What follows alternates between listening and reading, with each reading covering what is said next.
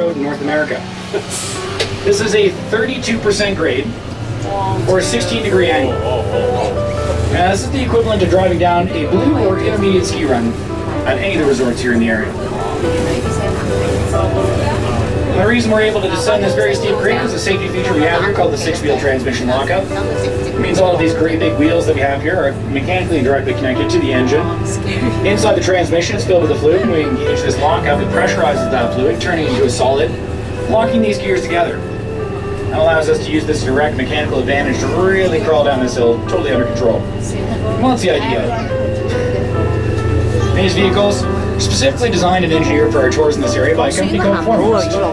Foremost typically specializes in equipment for the mining industry in the northern part of the province. And these vehicles do have a ton of special features. Not only this 6-wheel transmission lockup, but a variable 6-wheel drive system, and a walking beam suspension which allows these tires to travel in a couple feet in every direction, get over crevasses and boulders, and of course this great set of wheels.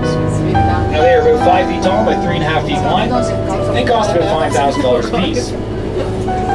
So right now we're on $30,000 worth of rubber.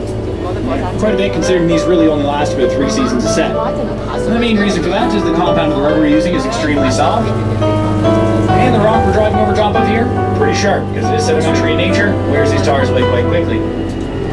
Not to worry though, only 2 seasons on these tires so far, so we shouldn't have to do a change out here this afternoon.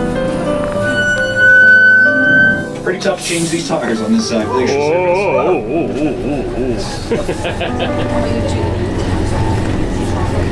These vehicles, with all these special features, it means it takes quite a long time for them to be built. It's about 12 to 13 months to build and assemble each one of these vehicles.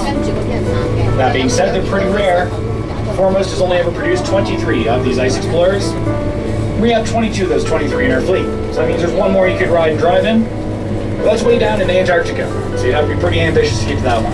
And it's used by the U.S. Geological Survey to transport scientists from a research station to an airstrip down in McMurdo Sound. Now, the fact that they're so rare means it's a pretty rare price tag. This one here would have been built in 1996 for $750,000. If you were to buy a new one from Foremost today, it's going to cost you about $1.2 million. We're just a bit passed through what we like to call the Brewster Tire Wash. Yeah, so this is a purposely rerouted meltwater stream that we use to knock the debris off our tires.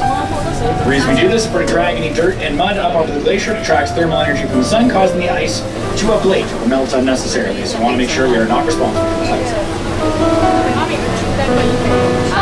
Everyone hold on, a little bump as we get onto the glacier here.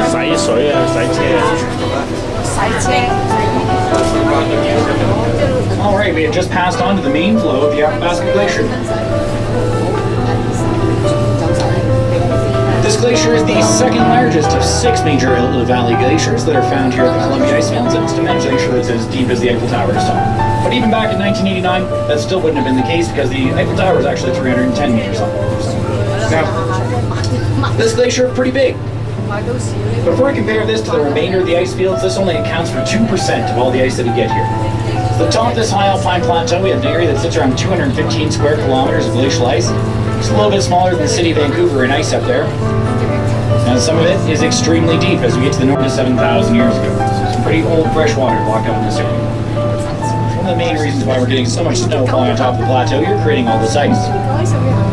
In between these huge mountains, though, we get these valleys, just like where we find ourselves today. They provide a channel for this ice to escape from the top of the ice sheet. These 2 glaciers that we see on the left-hand side, considered independent glaciers.